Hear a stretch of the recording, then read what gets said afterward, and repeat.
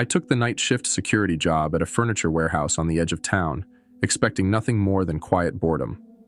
My duties were simple: make rounds every hour, log any strange sounds or incidents, and keep an eye on the old security cameras for any intruders. The place was cavernous, full of looming shadows cast by shelves stacked with furniture and boxes. But I didn't mind. I liked being alone, and it was easy money. It wasn't long, though, before I started to notice odd things. The first night, around 3 a.m., I was making my usual round when I noticed one of the swivel chairs in the office furniture section slowly spinning. The air in the warehouse was perfectly still, so I couldn't see why it was moving. I stopped watching it turn for a solid 30 seconds before it slowed to a halt. Weird, I thought, but I shrugged it off. Just one of those strange, unexplainable things. The following night, I noticed something even stranger. I was checking the cameras from the tiny control room, scanning through each angle, when I saw what looked like a figure at the far end of the warehouse. It was little more than a shadow, just a dark shape standing perfectly still at the end of aisle 23. I blinked, then zoomed in on the camera. But the figure was gone. That wasn't even the worst part. When I rewound the footage, the shape wasn't there in the first place. It hadn't been recorded at all. I chalked it up to fatigue. I'd been staying up too late, getting into the rhythm of night work. I told myself I'd just imagined it, but a part of me, some primal part deep down, was unsettled. Something was off in that warehouse. I felt like I was being watched, but I couldn't put my finger on why. By my fourth night, things escalated. It was nearing 4 a.m., the time when my energy always dipped the hardest. I was in the control room again, flipping through the camera angles, feeling my eyelids grow heavy. I tried to shake off the drowsiness when suddenly the screens all went black, then flickered back on. Only now, each screen showed the same camera feed, aisle 23. It didn't matter which button I pressed. Every screen displayed the same row of shelves stacked with chairs, tables, and dusty boxes. Then I saw it. That shadowy figure from before. Only this time it was closer, standing at the end of the aisle, just far enough away that I couldn't make out any features, but close enough that I knew it was there, watching. It stood completely motionless, as if waiting for me to acknowledge it. I tried to switch to a different camera angle, but nothing happened. My palms grew slick with sweat, and my heart pounded in my chest. I decided to leave the control room and check aisle 23 myself, just to prove it was all in my head. As I walked through the dimly lit warehouse, each step echoing off the concrete floors, I felt like I was moving in slow motion. Every shadow seemed to shift and stretch as I passed, like the furniture itself was watching me. Finally, I reached aisle 23. It looked completely ordinary: rows of shelving, dusty boxes stacked to the ceiling, the faint hum of the industrial lights overhead. I felt a strange sense of relief. I was just being paranoid. But then, as I turned to leave, I heard a faint rustling from the far end of the aisle. I turned, squinting, and saw it. A dark figure standing halfway down the aisle now, closer than it had been on the monitor. It was impossible to tell any details, but it was wrong. It didn't seem to have a face, just an empty, dark void where a head should have been. And it was wearing a uniform, a security uniform. My security uniform. The figure didn't move. It just stood there, watching me, even without any eyes. I wanted to run, but my legs wouldn't budge. It was as if the warehouse itself held me there, frozen in place. I don't know how long I stood like that, locked in place by that awful presence. Finally, I managed to break the spell and bolted back to the control room. I slammed the door shut, locked it, and stood there, gasping for breath. The screens were still all showing aisle 23, but the figure was gone. I spent the rest of the night huddled in the control room, staring at the monitors, waiting for it to return. But it didn't. Eventually, dawn broke, and I hurried out of the warehouse without even logging out. I went straight home, but sleep didn't come easily. That day, I decided I'd had enough. I called my manager, claiming an emergency, and said I wouldn't be able to come in for my next shift. But before I hung up, curiosity got the better of me. "Hey, has anyone else..." I don't know. Seen anything strange in the warehouse during the night shift? I asked, trying to sound casual. There was a long pause on the other end. Then my manager let out a sigh. Yeah, that happens sometimes, he said quietly. It's an old building. People say they see the old night supervisor. He used to cover this shift years ago, but he never made it out one night. Heart attack, they said, right there in aisle 23. Now people claim they see him wandering around. I don't believe in that stuff, but I won't stop you if you want out. I didn't need any more convincing. I quit on the spot. Even now, I can't shake the feeling that whatever I saw that night was waiting for me to come back. Like it knew I was there, watching it, and it wanted me to know it could watch back.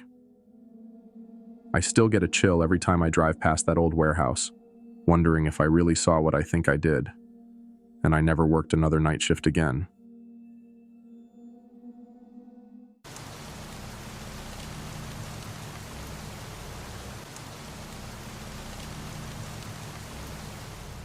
I worked the night shift at a small 24-hour convenience store off Highway 56. It was a weird spot, just far enough from town to feel remote, but close enough that we'd get the odd late-night customer. My manager, Jim, gave me the usual rundown on my first night. Keep an eye on the cameras, restock the shelves, and if I ever noticed anyone just hanging around outside, I was to call him immediately. He didn't elaborate. I shrugged it off as him being overly cautious. On my third shift, things took a turn. It was around 3 a.m. and the place was dead quiet. I was organizing the cooler in the back, stacking drinks, when I heard the chime above the front door. Odd. I hadn't seen anyone pull up. I stepped out from the cooler, glanced at the security monitors, and froze. There was a man standing at the counter, facing the register, perfectly still. His back was to me, but he looked strange. His clothes seemed outdated, like he'd walked in from a different era. Dark slacks, a white button-up, sleeves rolled just slightly too high. He didn't move, just stood there, rigid, with his head slightly tilted down, as if studying something on the counter. "Hey there," I called out, feeling a chill creep over me. He didn't turn, didn't acknowledge me at all, just kept standing there, head slightly tilted. I moved closer, trying to get a better look. "Can I help you with anything?" He was completely still, not even the shallow rise and fall of breathing. My pulse quickened as I walked up to the counter. Finally, I stepped around to the side, putting myself right next to him. He wasn't looking at anything, just blankly staring at the counter, eyes unfocused. "Sir?" Still, nothing. I reached out, planning to tap his shoulder, but the second I was about to touch him, he stepped back, turned, and walked out the door without a single glance my way. The door chime rang, and I watched him exit, feeling a strange sense of relief, only to look back at the security monitor and feel my stomach drop. The screen showed the man at the counter, the exact same man, standing there, head tilted, in the same position. I turned back to the counter. Empty. Heart pounding, I walked to the front door, pressing it shut, and then flicked the lock. I stood there, staring out into the dark parking lot, half expecting to see him standing somewhere, watching. Another chime sounded behind me. I whirled around, looking straight at the register. He was back, head tilted just the same, unmoving. My breathing felt heavy as I moved toward the back, trying to collect myself. I checked the camera feed once more. The man was standing by the counter on the screen, but the register area was empty when I looked with my own eyes. I decided to check outside again. Stepping out cautiously, I noticed it was eerily quiet, even for that time of night. No crickets, no cars, just dead silence. I quickly glanced around the lot but saw nothing. Just as I turned to go back in, the chime sounded again. I bolted inside and looked over to the register. There he was. Except, he was smiling now, just a faint curl at the corners of his mouth. His eyes seemed more focused, locked onto me in a way that made every hair on my arm stand up. I stood frozen for a second, feeling a primal sense of dread, like I'd somehow crossed a line I didn't understand. And then, slowly, I backed away, not daring to break eye contact. I fumbled for my phone, dialed Jim, and waited, half expecting him not to answer at this hour. The phone rang once, twice. Then a sleepy voice came on. "Hello?" "Jim," I whispered, not daring to speak too loudly. "There's someone here, standing at the counter. He just keeps showing up. No car, no sound. He's just there." There was a pause, and then Jim's voice dropped, serious and low. "Lock the doors and don't let him out of your sight. No matter what you do, do not let him out of your sight." I didn't even have time to ask what he meant before he hung up. My hands were trembling as I followed his instructions. I locked the doors, keeping my eyes glued to the man at the counter. The second I looked away, even to blink, he seemed to get closer. I tried calling Jim back, but he didn't answer. Minutes passed, stretching into an eternity, and the man just stood there, smiling faintly, eyes locked on me. Finally, headlights pulled into the lot outside. Jim stepped out of his car, gave me a nod through the glass, and entered cautiously. The moment he stepped through the door, the man at the counter vanished. Jim glanced at the empty spot, his face pale. "He showed up again," he muttered, almost to himself, and shook his head. "I'll take it from here. Go home." I tried to ask him what was going on, who that man was, but Jim wouldn't say. I left the store, glancing back one last time to see Jim staring at the register, his face tight with fear. The next morning, I got a call from him. "Don't come back for night shifts," he said in a weary voice. "You've done enough." I never set foot in that store after dark again, but sometimes I wonder what would have happened if I'd turned my back. I can't shake the feeling that the man by the counter, with that faint, unblinking smile, is still in there, waiting for someone else to look away, to let him get a little closer. And every time I drive past that store, I wonder what would have happened if I'd looked away just a second too long, or if Jim hadn't shown up. One thing I do know, I'll never work a night shift again. Not there. Not anywhere.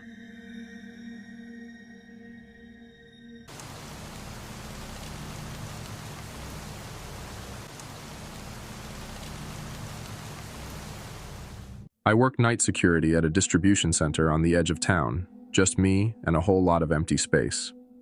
It's quiet most nights, with just the hum of the lights and the occasional buzz of the radio to keep me company. My rounds are simple: patrol the loading docks, check the back lot, and keep an eye on the security monitors from my booth. It was around 2:30 a.m. when I first noticed something off. I was flipping through the camera feeds, and on the monitor covering the east entrance, I thought I saw movement.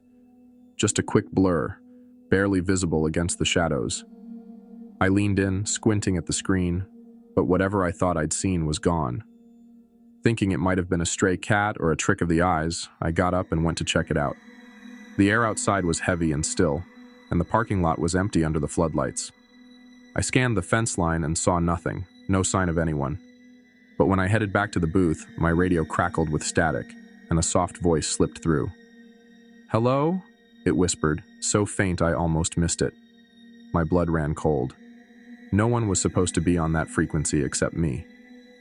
I grabbed the radio and pressed the call button. "Who's there?" Silence. Then, another faint crackle, but no response. Feeling a chill creep up my spine, I checked the feeds again, this time focusing on every corner of the building. It was all quiet, the cameras still, capturing nothing but the empty parking lot and silent loading bays. Just as I was starting to relax, something shifted on the feed showing the southwest lot. 3 figures appeared out of the darkness, stepping toward the building. They moved in perfect sync, as if they were being choreographed, each step echoing the others. They wore all black, faces hidden under hoods, but something about their movement, precise, calculated, told me they weren't just curious kids looking to mess around. I grabbed my flashlight and headed to the southwest lot. Heart pounding, I circled around the building, trying to stay as quiet as possible. When I reached the corner and peered around it, the lot was empty. I scanned every inch with my flashlight, moving it from the shadows by the dumpsters to the fence line, but there was no sign of the intruders. Confused, I pulled out my radio, about to call for backup, when the static crackled to life again. "You shouldn't have come outside." The voice was clear this time, chillingly close. I whipped around, scanning the darkness, but there was no one there. The radio went dead again, leaving me alone in the silence. I retreated to the booth, my pulse racing. As I locked the door behind me, I checked the monitors again. My stomach dropped when I saw the same three figures, now standing at the main entrance. They were facing the camera directly, staring up as if they could see me watching them. One of them raised a hand and pointed straight into the camera. Then, in perfect sync, all three figures turned and disappeared out of frame, heading toward the rear loading dock. I watched, frozen, as the camera feed near the back flickered on, showing them approaching the locked dock doors.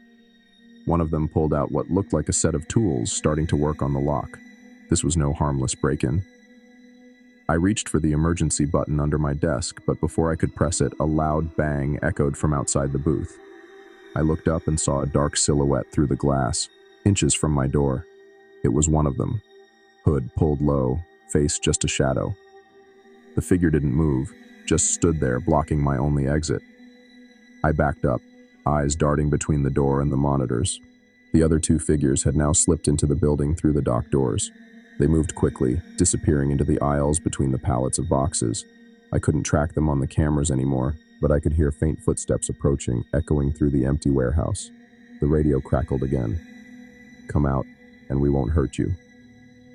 The voice was soft, mocking, with an eerie calm that made my skin crawl. I knew better than to make a sound. Instead, I huddled under the desk, trying to quiet my breathing. I watched the monitors as the two intruders moved closer, one of them pulling a crowbar from under his jacket. I couldn't stay here. I had to find a way out. My only option was the emergency exit down the hall. I took a deep breath, then quietly unlocked the booth door, slipping into the corridor. I moved slowly, keeping to the shadows, listening for any sound that might give away their position. As I reached the end of the hall, I heard footsteps approaching from the right. They were close. Too close. I pressed myself against the wall, barely daring to breathe. A figure rounded the corner, flashlight in hand, sweeping the beam up and down the hallway. I ducked just in time, flattening myself against the cold concrete as he passed within inches of me, his footsteps slow and deliberate. When he disappeared down the next corridor, I sprinted for the exit. I pushed the door open and slipped into the cold night air, not stopping until I was safely in my car. I called the police from the lot across the street as two squad cars pulled up. They searched the building but found no one. No signs of forced entry or broken locks, as if the intruders had never been there. The officers suggested it was probably a prank by local kids. But as I drove home, I couldn't shake the image of those three figures on the monitors, moving with eerie precision, and the voice on the radio that seemed to know exactly where I was. I quit the next day and haven't worked a night shift since.